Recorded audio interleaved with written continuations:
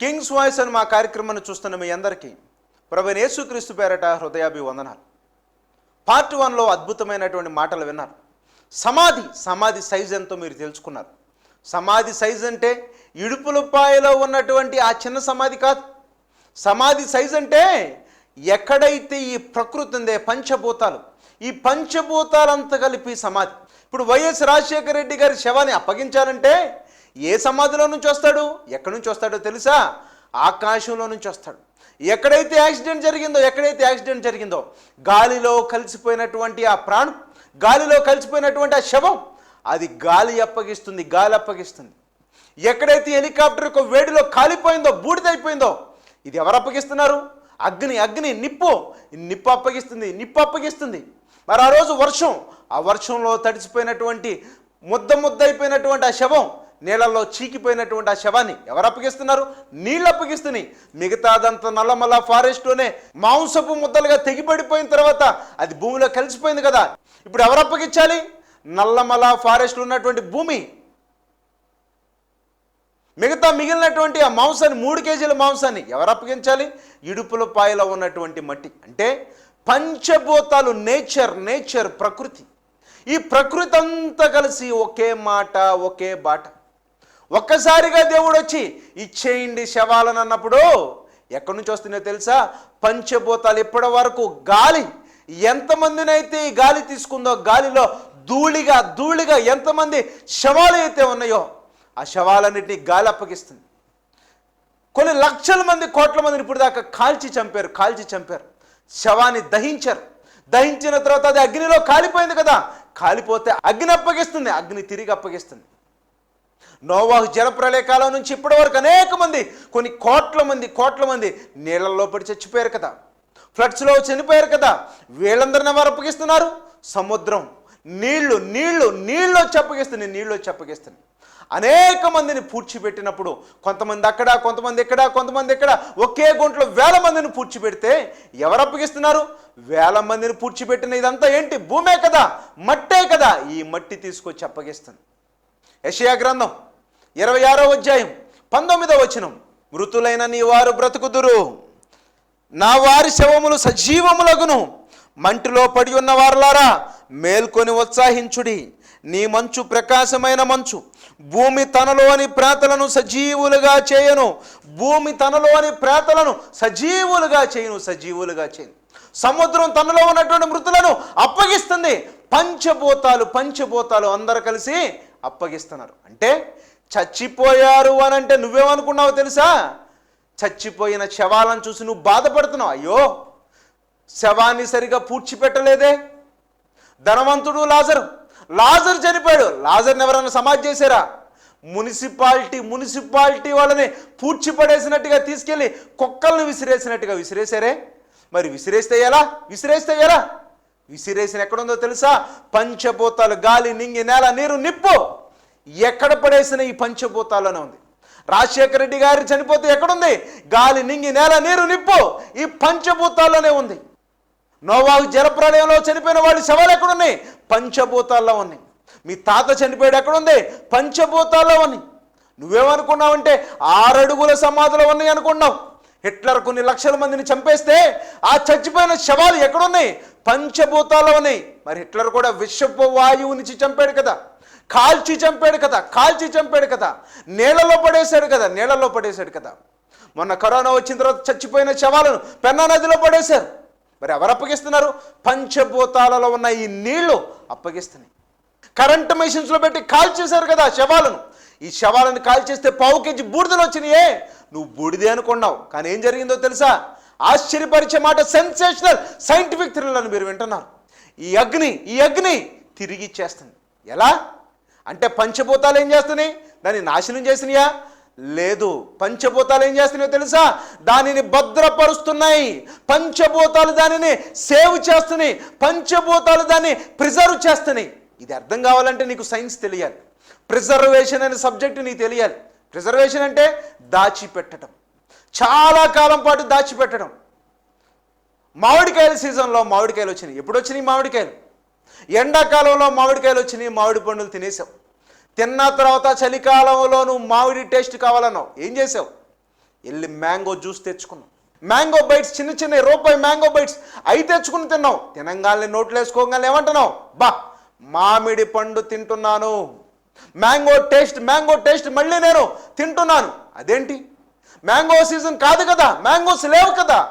లేకపోయినా ఎక్కడి నుంచి వచ్చిందంటే మామిడికాయలు పండిన టైంలో దాన్ని నువ్వు ప్రిజర్వ్ చేసావు, దాచిపెట్టావు, దాని టేస్ట్ని దాచిపెట్టావు. దీనినే ప్రాసెసింగ్ అంటారు. ఈ ప్రాసెసింగ్ ఏం చేసావు? ఈ మామిడి పండుని ఫ్రూటీగా మార్చావు, మ్యాంగో ఫ్రూటీ. ఈ ఫ్రూటీ నువ్వు ఎప్పుడైనా కానీ ఫ్రిడ్జ్లో దానిని భద్రపరిస్తే సంవత్సరాల పాటు ఆ ఫ్రిడ్జ్లో ఉన్నటువంటి ఆ మ్యాంగో ఫ్రూటీ తన టేస్ట్ని నీకు అందిస్తూ ఉన్నది. మామిడికాయలతో పచ్చడి పట్టావు కదా, ఊరగాయ పట్టావు కదా, ఎండాకాలంలో కేజీలు ఊరగాయలు పట్టావు. ఊరగాయలు పడితే ఏమైంది? ఊరగాయలు పడితే అది ఊరి చలికాలంలో ఆ మ్యాంగో టేస్ట్ నీకు ఇస్తుంది, వర్షాకాలంలో ఆ మ్యాంగో టేస్ట్ నీకు ఇస్తుంది. సంవత్సరాల పాటు దాన్ని ప్రిజర్వ్ చేసి నీకు ఆ టేస్ట్ని ఇస్తుంది. What a wonder! మామిడి పండును నువ్వు సేవ్ చేసావా, ప్రిజర్వ్ చేసావు. ఎక్కడా? ప్రకృతిలో. ఎలా? దాన్ని రూపం మార్చి చేసావు. మీకు ఒక ఆశ్చర్యపరిచే సంగతి చెబుతాను, వినండి. టమాటాలు కేజీ 20 రూపాయలు. ఈరోజు ఫ్రెష్ టమాటాలు మీరు కొంటే కేజీ 20 రూపాయలు. చెన్నైలో గ్యాట్స్బే అని ఒక షాప్ ఉంటుంది. ఈ గ్యాట్స్బే షాపులో ఎండిపోయిన టమాటాలు ఉంటాయి. ఈ ఎండిపోయిన టమాటాలు కొనాలంటే కేజీ ఎంతో తెలుసా? 1500 రూపాయలు కేజీ. అదేంటి? నువ్వు కేజీని 20 రూపాయలు పెట్టి కొన్నావు, కానీ ఎండిన టమాటాని 1500 పెట్టి కొనాలా? మరి ఎండిపోయిన టమాటాలు, రోజు ఎన్నెన్నో టమాటాలను ఎదురుగా ఎండిపోతుందే. నువ్వేమనుకున్నావు అంటే ఎండిపోయింది అనుకున్నావు, కానీ వాళ్ళు ఏం చేస్తున్నారు తెలుసా? టమాటాని ప్రిజర్వ్ చేశారు, టమాటాని సేవ్ చేశారు. టమాటాలో ఉన్నటువంటి టేస్ట్ పోకుండా అదే టమాటాని ఎప్పుడు కావాలంటే అప్పుడు వాడుకున్నట్టు కొరకు ఆ టమాటాలను ప్రిజర్వ్ చేశారు. కొంతమంది టమాటాలను పచ్చడి పట్టి టమాటా ఊరగాయని సంవత్సరం పాటు తింటూ ఉంటారు. ఆశ్చర్యం. అదేంటి? టమాటాని సేవ్ చేశారా? చేశారు. టమాటాని సాసుగా మార్చావు, రూపం మారిన తర్వాత సాస్ కలకాలం ఉంటుంది. అదే టమాటాలు తీసుకొచ్చి ఇంట్లో పెట్టి ఎన్ని రోజులు ఉంటుంది? 2వ రోజుకి కుళ్ళు వాసన, 3వ రోజుకి కుళ్ళు కంపు, 4వ రోజుకి దేనికి పనికిరావు ఈ టమాటాలు. అదే టమాటాని రూపం మారిస్తే ఏమైంది? ఎన్నెన్నో సంవత్సరాల పాటు అది నీ కళ్ళెదురుగా దాని టేస్ట్ని ఇస్తూ నీ ఎదురుగా నిల్చుంటుందంటే దేవుడు కూడా ఒక ప్రకృతిలో ఈ ప్రక్రియను పెట్టాడు, ఆశ్చర్యపరిచే ప్రక్రియను పెట్టాడు. ప్రతి ఆదివారం మీరు నాన్ వెజిటేరియన్ తెచ్చుకుంటారు, చికెన్. ఈ చికెన్ని తీసుకొచ్చి వండండి. ఎన్ని రోజులు ఉంటుంది? పొద్దున వండితే మహా అయితే రాత్రి వరకు.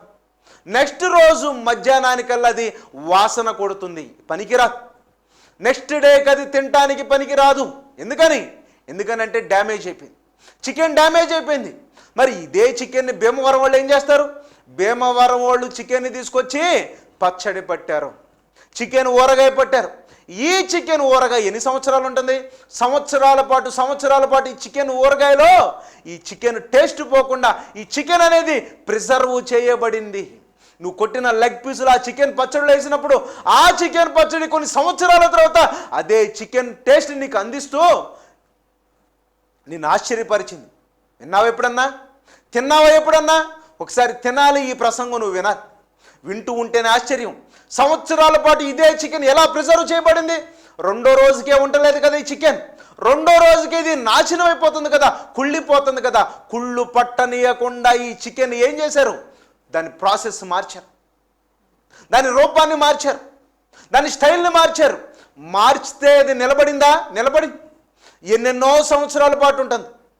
ఇంకొక సెన్సేషనల్ మాటను చెబుతాను, వినండి.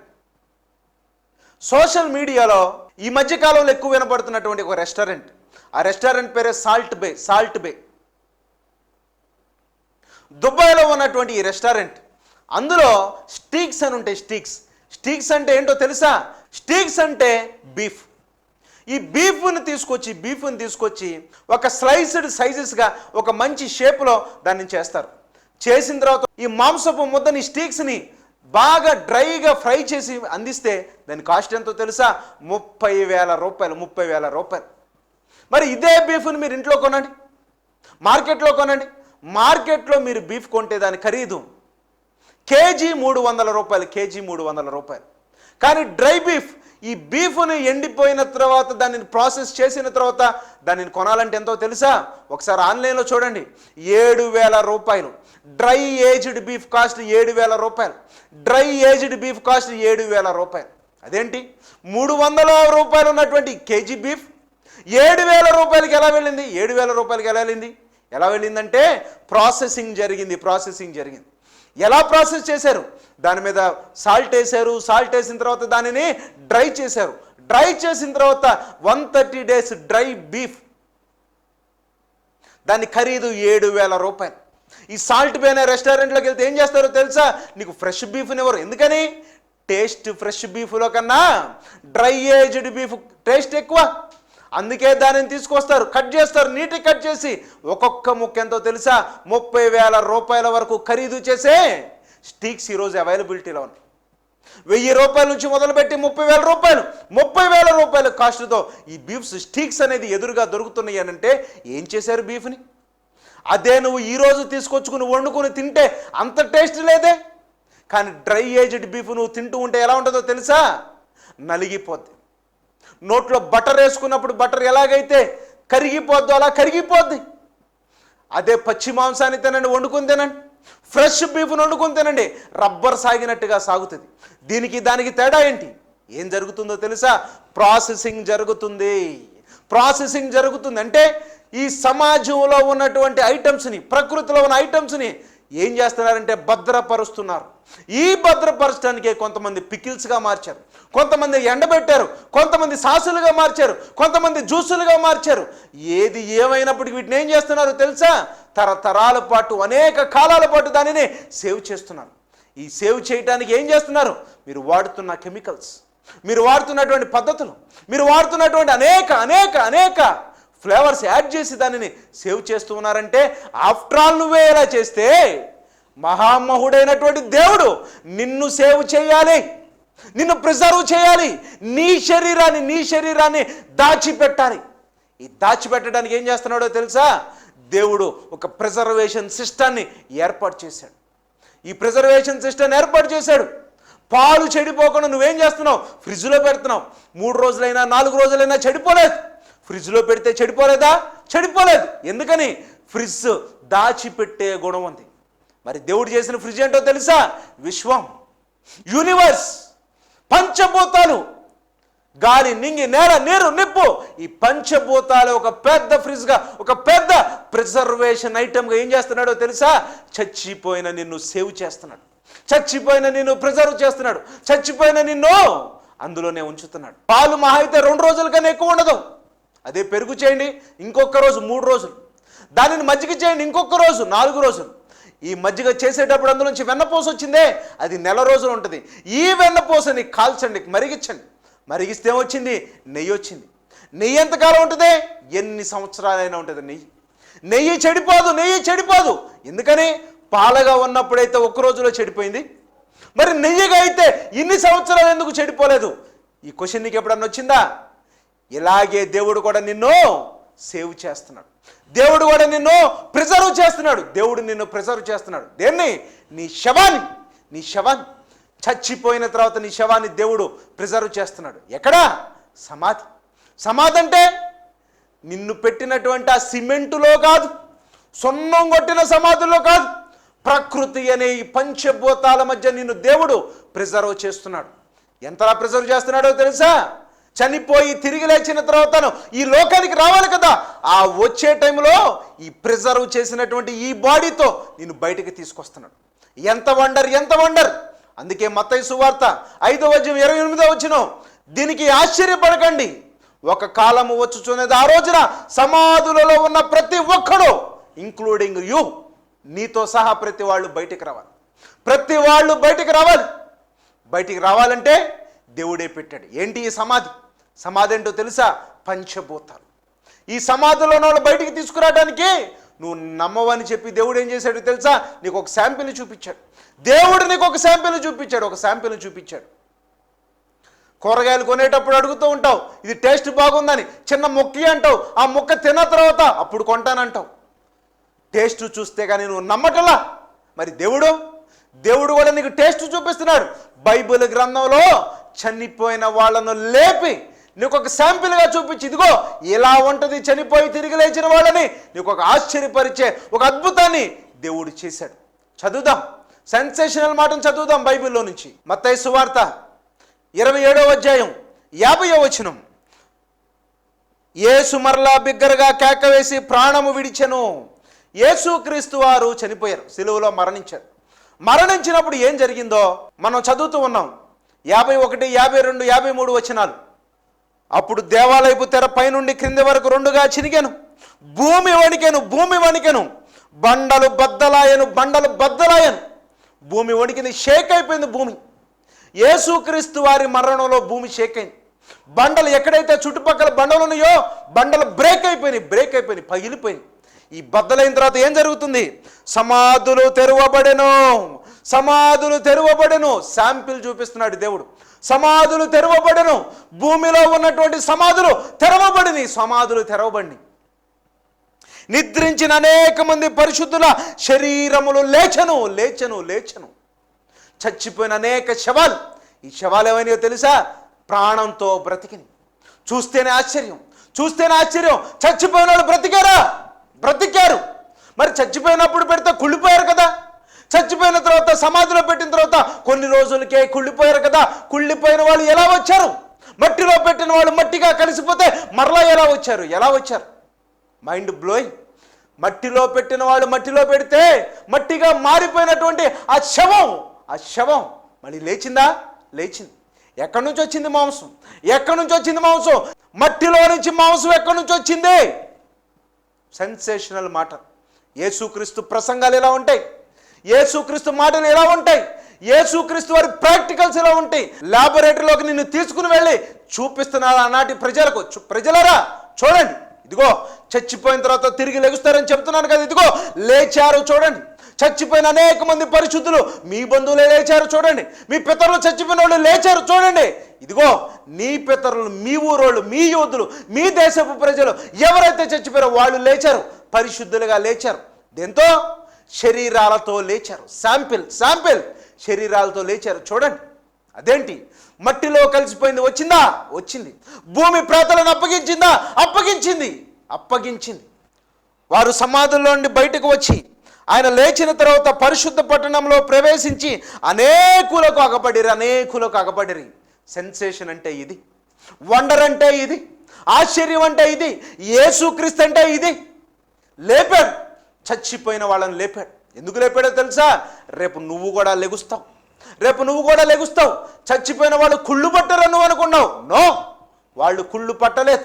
వాళ్ళు ప్రిజర్వ్ చేయబడ్డారు, వాళ్ళు సేవ్ చేయబడ్డారు, రూపం మార్చుకున్నారు. కానీ పంచభూతాలలోనే వాళ్ళ శరీరాలు ఉన్నాయి. నువ్వు కాల్చినా పంచభూతాలు ఉంది. కరోనా వచ్చిన పేషెంట్ నువ్వు పెన్నా నదిలో పడేసినా అది నీళ్లలో నుంచి వచ్చినాయి. నీళ్లలో కొట్టుకొని పోయినా, సముద్రాలలో కొట్టుకొని పోయినా అది ఎక్కడుంది?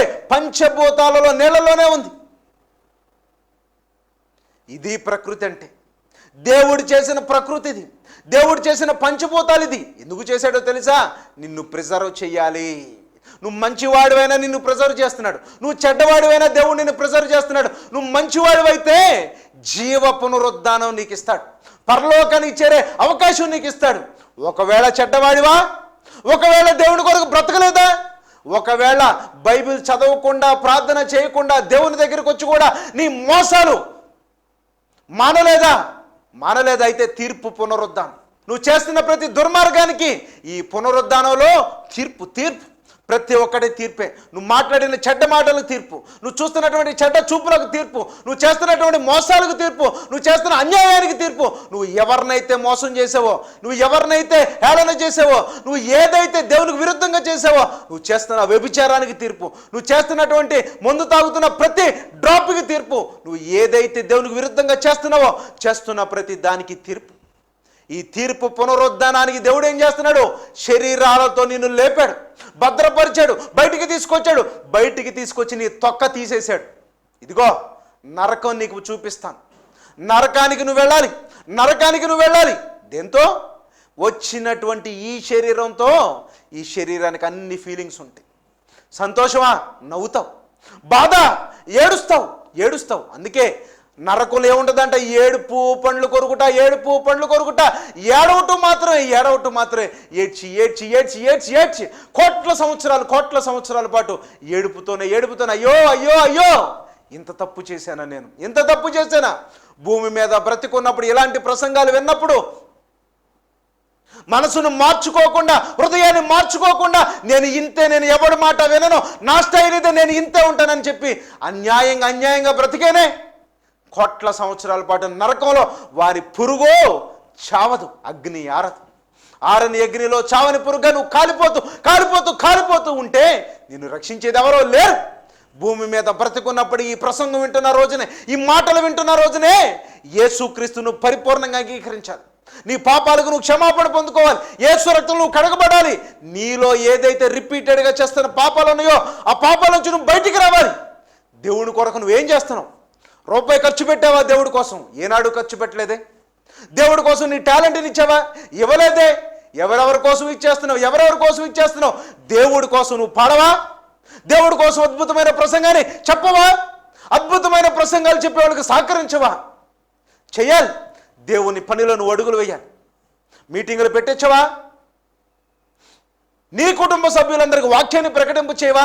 నీ బంధువులు అనేక మంది నశించడానికి సిద్ధంగా ఉన్నారే, చచ్చిపోతే నరకానికి వెళ్ళిపోతున్నారు కదా, ఈ నరకానికి వెళ్ళే వాళ్ళని రక్షించవా? రక్షించాలి కదా. రక్షించకుండా నువ్వేం చేస్తున్నావు? ఒక్క మాట లేదు, ఒక్క దేవుడి కోసం చేసే ఒక్క పని లేదు. నేను నా ఇష్టం, నా జీవితం అని చెప్పి నీకు ఇష్టం వచ్చినట్టుగా నువ్వు బ్రతుకుతూ ఉంటే కన్ను మూసిన తర్వాత నరకానికి వెళ్తున్నావు. చర్చికి వచ్చి కూడా నరకానికి వెళ్తున్నావు, పాటలు పాడి కూడా నరకానికి వెళ్తున్నావు. పరిశుద్ధత లేకుండా జీవించే కన్ను మూసిన తర్వాత నువ్వు నరకానికి వెళ్ళిపోతున్నావు. ఎందుకని? చచ్చిపోయిన తర్వాత ఇదే శరీరం బయటకు వచ్చింది. యేసుక్రీస్తు అంటున్నాడు, దీనికి ఆశ్చర్యపడకుడే, చచ్చిన నువ్వు మళ్ళీ బ్రతుకుతావు, చచ్చిన నువ్వు శరీరంతో వస్తావు. అది ఎలాంటి శరీరం? అన్ని ఫీలింగ్స్ ఉండే శరీరమే, కానీ ఎలాంటి శరీరం కాదు. చనిపోయి బ్రతికిన తర్వాత వచ్చే శరీరం ఏంటో తెలుసా? పునరుద్ధాన శరీరం. ఈ శరీరంతో ఏం చేస్తావో తెలుసా? నరకానికి వెళతావు. అదేంటి? శరీరంతో నరకమా? ఎస్, శరీరంతోనే నరకానికి వెళ్ళే. మత్తయి సువార్త 10వ అధ్యాయం 28వ వచనం, మరియు ఆత్మను చంపనేరక దేహమునే చంపు వారికి భయపడుకుడి, కానీ ఆత్మను దేహమును కూడా నరకములో నశింపజేయువానికి మిక్కిలి భయపడుడి. ఆత్మను దేహమును నరకములో పడేసేవానికి మిక్కిలి భయపడండి. ఆత్మను శరీరాన్ని నీ శరీరాన్ని కూడా నరకం వేస్తున్నాడా? ఎస్, నీ శరీరాన్ని కూడా నరకం వేస్తున్నాడు. అందుకే ఒక కాలం వచ్చుచున్న ఆ రోజుల్లో సమాధుల్లో ప్రతి వాళ్ళు బయటకు వస్తారు. ఎందుకు వస్తున్నారంటే దేవుని కొరకు బ్రతికితే మేలు, దేవుని కొరకు బ్రతికితే జీవ పునరుద్ధానం. దేవుని కొరకు బ్రతకలేదా? తీర్పు పునరుద్ధానం, వాటి నుంచే నరకానికి వెళ్ళిపోతాం. వెళతావా? నరకానికి వెళతావా? దేంతో? ఈ శరీరంతో. ఈ శరీరాన్ని సంతోషపెట్టాలనే కదా దేవుణ్ణి కూడా వదిలిపెట్టావు. ఈ శరీరాన్ని సంతోషపెట్టాలనే కదా దేవునికి విరుద్ధంగా మారావు. ఈ శరీరాన్ని సంతోషపెట్టాలనే కదా దేవునికి ఇవ్వకుండా లోబిగా మారావు. డబ్బులు బాగా సంపాదించాలి, నేను నా కుటుంబం బాగా బ్రతకాలని నువ్వు కష్టపడ్డావు. దేనికోసం? ఈ శరీరాన్ని సంతోషపెట్టాలనే కదా. అందుకే నరకానికి అదే శరీరంతో వెళ్ళు. కోటాను కోట్ల సంవత్సరాల పాటు కాలిపోతావు. అగ్నిలో, ఆరని అగ్నిలో చావని పురుగ్గా నువ్వు కలకాలం కాల్చిపోతావు. ఈ ప్రసంగం వింటున్నటువంటి నీవు మారాలి. ఈరోజు నువ్వు మారాలి. ఈ వర్తమానం వింటున్నటువంటి నీవు నీ శరీరాన్ని జీవ పునరుద్ధానానికి వచ్చే శరీరంగా మార్చుకోవాలంటే ఏం చేయాలి? దేవుని దగ్గరికి రా. దేవుని కొరకు కష్టపడు. నీ దగ్గర ఉన్న టాలెంట్స్ని దేవుడి కోసం వాడు. నీ దగ్గర ఉన్న ధనంతో దేవుని కొరకు పని చేయి. నీ దగ్గర ఉన్న ధనాన్ని టీవీ కార్యక్రమాలకు స్పాన్సర్ చేయి. నీ దగ్గర ఉన్న ధనాన్ని మీటింగ్లు ఏర్పాటు చేయించు. నీ దగ్గర ఉన్న ధనంతో, నీ దగ్గర ఉన్న టాలెంట్స్తో దేవుని కొరకు బ్రతికి పరలోకానికి చేరు. లేదా ఆరని అగ్నిలో చావని పురుగ్గా ఇదే శరీరంతో, కాలిపోయే శరీరంతో నొప్పిని అనుభవిస్తూ నరకంలో నువ్వు కాలిపోవాలన్న సంగతిని జ్ఞాపకం తెచ్చుకో. పరిశుద్ధుడా, ప్రేమమయుడా, సర్వశక్తిమంతుడా, బైబిల్లో ఉన్న మాటలను ప్రభా, సెన్సేషనల్ మాటను నీ బిడ్డలకు తెలియజేసాం ప్రభా. విని రక్షణ పొందినట్లుగా నీ బిడ్డల్ని తీర్చిదిద్దండి. లేదు నేను ఇంతే అని చెప్పి ప్రభా నరకంలో ప్రభా శరీరంతో సహా వెళ్ళిపోయి కాలిపోయే బిడ్డలను ప్రభా దయతో క్షమించండి ప్రభా. మరొక అవకాశాన్ని దయచేయండి ప్రభా. రక్షణ పొందినట్లుగా నీ బిడ్డలందరికీ మరొక అవకాశాన్ని దయచేయమని, ప్రతి బిడ్డ పరలోకానికి చేరబిడ్డగా తీర్చిదిద్దమని యేసు నామములో అడిగి వేడుకున్నాం తండ్రి, ఆమేన్. క్రీస్తు రాకడ ధ్వని, యేసుక్రీస్తు వారి రెండవ రాకడ వర్తమానాలు మీ గ్రామంలో అందించబడును. ఆసక్తి కలిగిన వాళ్ళు సంప్రదించండి. అలాగే పబ్లిక్ మీటింగ్స్ ఏర్పాటు చేయదలిచిన వాళ్ళు క్రింది కనిపిస్తున్నటువంటి నెంబర్ని సంప్రదించండి. మీ ఏరియాలో బైబిల్ సెమినార్స్ పెట్టి బైబిల్ అధ్యయన తరగతులు కావాలనుకున్న వాళ్ళైతే క్రింది కనిపిస్తున్న ఈ నెంబర్ని సంప్రదించండి. ఉచితంగా వచ్చి మీకు వాక్యాన్ని ప్రకటిస్తాం. Scientific thrillers, historical messages, archaeology messages, sensational messages, Bible controversies, బైబిల్లో ఉన్న గ్రంథాల వివరణ, ప్రతిరోజు ఉదయం 5 గంటలకు మార్నింగ్ లైవ్ వర్షిప్ సర్వీస్, ప్రతిరోజు రాత్రి 10 గంటలకు నైట్ వర్షిప్ సర్వీస్, వారంలో 4 మెసేజెస్ యూట్యూబ్లో అప్లోడ్ చేయబడుతుంది. మరి 1000 ప్రసంగాలు మీకు అందరికి అందించాలని ప్రయాసపడుతూ ఉన్నాం. ఈ ప్రసంగాలు వినదలిచిన వాళ్ళు కింగ్స్ యూత్ చైతన్య సాగర్ అనే యూట్యూబ్ ఛానల్ని షేర్ చేయండి, లైక్ చేయండి, సబ్స్క్రైబ్ చేయండి. ప్రభువైన యేసుక్రీస్తు పేరట వందనాలు తెలియజేస్తున్నాను. కింగ్స్ గ్లోబల్ మిషన్ మరి అనేక ప్రాంతాల్లోకి మిషనరీస్ని పంపించే కార్యక్రమాన్ని చేపట్టాం. ఏజెన్సీ ప్రాంతాల్లో, సువార్త అంటే తెలియని ప్రాంతాల్లో, అనేక గ్రామాల్లోకి అనేక మంది దైవజనులు అక్కడికి వెళ్ళి వాక్యాన్ని ప్రకటిస్తూ ఉన్నారు.